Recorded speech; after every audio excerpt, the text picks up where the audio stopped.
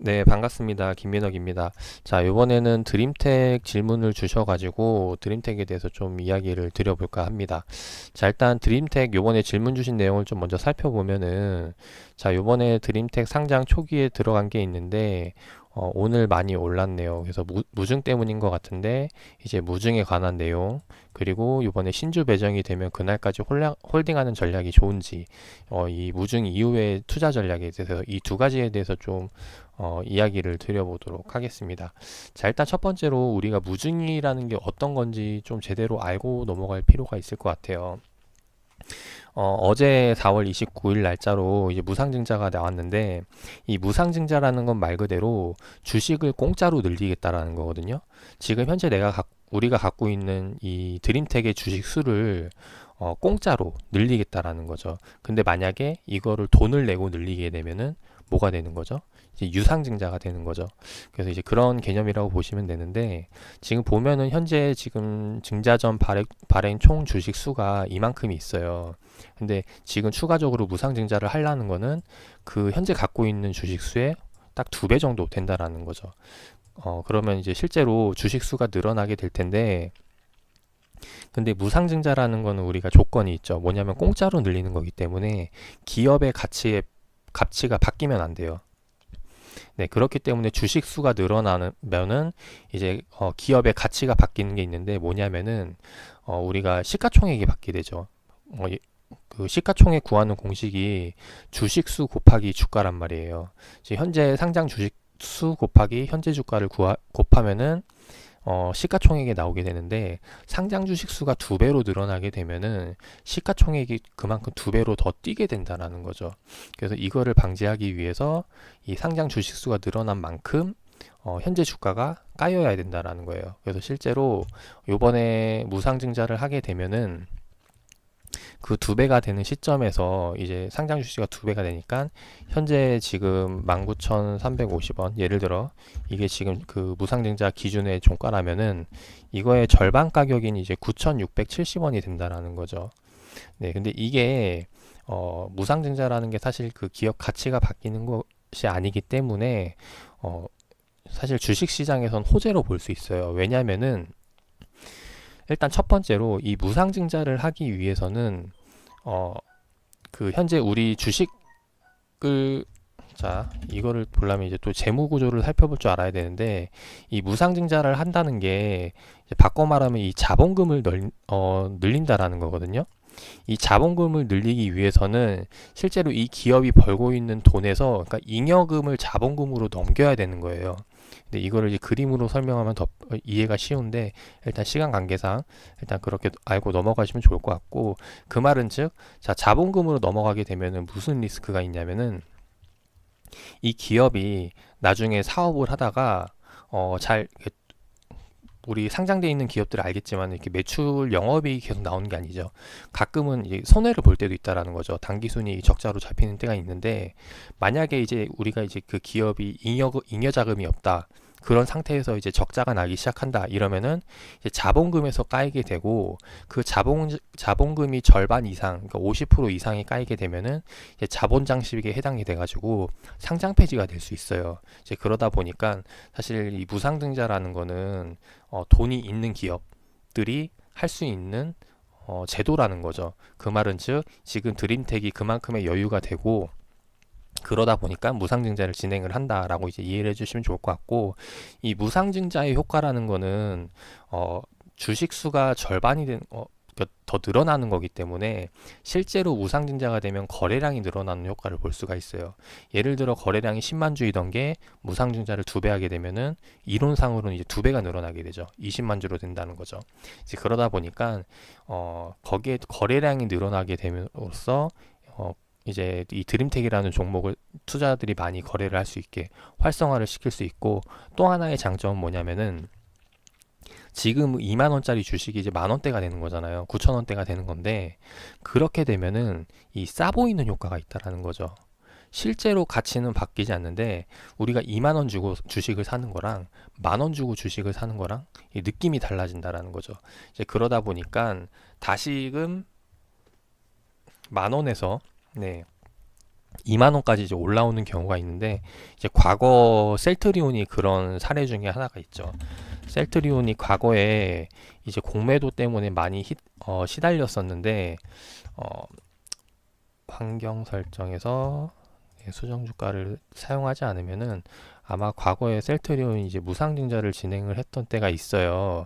그때가 언젠지 기억이 안 나는데, 아무튼 그때 당시에 공매도가 계속해서 공매도 세력 때문에 이제 몸살을 앓다가 얘네를 이제 반대로, 네, 혼내주기 위해서, 그래서 이제 무상증자를 진행을 하죠. 그래서 셀트리온이 싸 보이는 효과로 인해서 공매도 세력을 잡고 계속해서 상승했다라는 이제 그런 내용이 있는데, 그것도 제가 다음에 또 설명을 드려보기로 하고, 아무튼 요런 것들 싸 보이는 효과로 인해서 추가적으로 더 올라갈 수가 있다라는 겁니다. 그래서 실제로 무상증자를 하게 되면은 이제 나중에 9,000원까지 떨어지고 난 다음에 다시 한 번 더 이제 올라올 수 있는 기회가 될 수 있으니까, 실제로 아까 무상증자 이후의 전략을 말씀해 주셨는데, 물어봐 주셨는데, 실제로 상승하고 나서 이제 장기적으로 본다면은 이제 그런 싸 보이는 효과 때문에 투자자들의 매수세 유입, 그러고 나서 다시 한 번 더 상승을 할 수 있는 기회가 되기도 해요.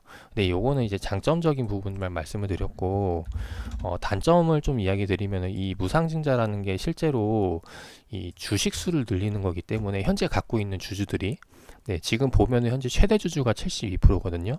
그 말은 즉 지금 주식을 늘려봤자 가장 이득을 보는 사람은 최대 주주라는 거죠. 그래서 지금 공시 제외 주주가 30%밖에 안 되는데, 이 무상증자를 해봤자 그만큼 주식수 늘리는 거는 최대 주주인 몫이고, 그리고 나중에 지분율을 많이 갖게 되면은, 주식수를 많이 갖게 되면은 나중에 배당할 때 배당금에 대해서도 좀 의미를 둘 수가 있어요. 예를 들어서 한 주당 이제 배당이라는 게 한 주당 얼마를 주는 거기 때문에, 물론 이제 주식수가 2배로 늘어난 만큼 배당은 절반으로 까이겠지만은, 이제 나중에 그런 효과로 인해서 이제 최대 주주 지분이 높은 것들이 무상증자하는 경우, 그리고 플러스 배당을 받는 경우는, 이런 좀 자금을 빼기 위한, 내가 좀 투자금 내가 쓸 수 있는 합법적으로 돈을 빼기 위한 방법이 될 수도 있다라는 겁니다. 그래서 이런 것들은 잘 살펴봐야 되는데, 어찌됐건 간에 지금 드림텍은 이제 이번에 신규 상장했고, 근데 보통 신규 상장 이후에는 이 기업을 키우려고 하는 목적이 크기 때문에, 그래서 좀 긍정적으로 볼 필요가 있을 것 같아요. 근데 여기에 대해서 지금 보면은 현재 드림텍이 휴대폰 및 관련 부품주로 상장을 했거든요. 근데 사실 지금 업황이, 그 휴대폰 업황이 그렇게 좋은 게 아니기 때문에, 그래서 휴대폰 관련주로만 상장을 했을 것 같진 않아요.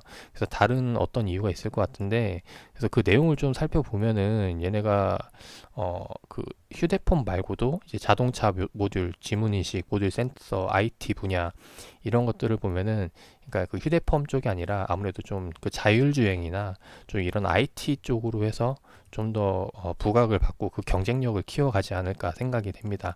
그래서 결과적으로는 그런 업황에 대한 좀 개인적으로 긍정적으로 보는 부분도 있고, 플러스 이제 무상증자, 그러니까 주식을 좀 더 싸 보이게 하는 효과와 거래를 늘림으로써 좀 더 많은 투자자들에게 이 드림텍이라는 기업을 관심 있게 볼 수 있게끔 만드는 거기 때문에, 일단 장기적으로 본다면은 긍정적일 것이라고 생각이 돼요.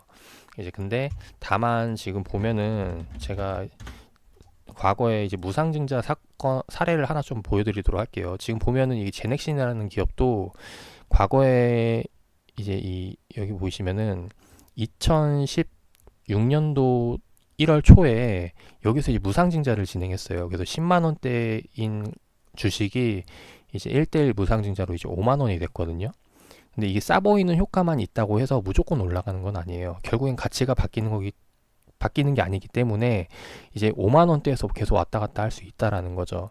그래서 뭐 물론 단기간에 이렇게 올라가는 모습을 보일 수는 있지만은, 결국에는 가치가 바뀌는 것이 아니기 때문에 그 사업 모델이 가장 중요하고, 그리고 그 모델이 괜찮다면은 그 나중에 다시 한 번 더 이런 크게 올라갈 수 있는 효과를 볼 수 있다라는 거죠. 그래서 이런 부분들을 설명을 드리고 싶고, 그래서 결국에는 이 드림텍이라는 거를 무상증자 때문에 본다면은, 단순 무상증자 때문에 본다면은, 지금 무상증자가 되는 시점이 언제냐면은 증자 발행 교부 예정일이고 신주 배당 기준 그 상장 예정일이 지금 6월 3일이라는 거죠. 그럼 6월 3일 시점에 이제 이게 반토막이 날 거고 그때부터 다시 한 번 더 야금야금 올릴 수가 있겠다라는 거. 그래서 6월 3일 이후에 이 반등 나오는 흐름 보고 그때 이후에 정리하셔도 된다라고 말씀을 드리고 싶고, 그리고 일단 6월이면 지금 한 달이 남았거든요. 한 달 동안 이 주가가 지금 여기서 놀지 아니면 더 위에서 놀지 그리고 아니면 여기서 조정을 받을지 그거는 알 수가 없는 거죠. 그래서 여기에 대한 부분 투자 전략을 잡아 보셔야 되겠다라는 거. 그래서 개인적으로 무상증자 효과를 보려면은 6월 3일 이후에 나오는 반등 수급세를 기대를 해야 되는 거고, 예, 그런 부분들 참고를 해주시면 좋을 것 같습니다.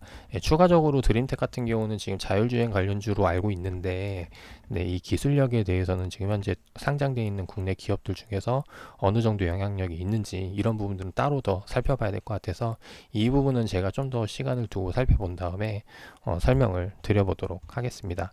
네, 투자에 참고하셔가지고 좋은 결과 나오시기를 바라겠습니다.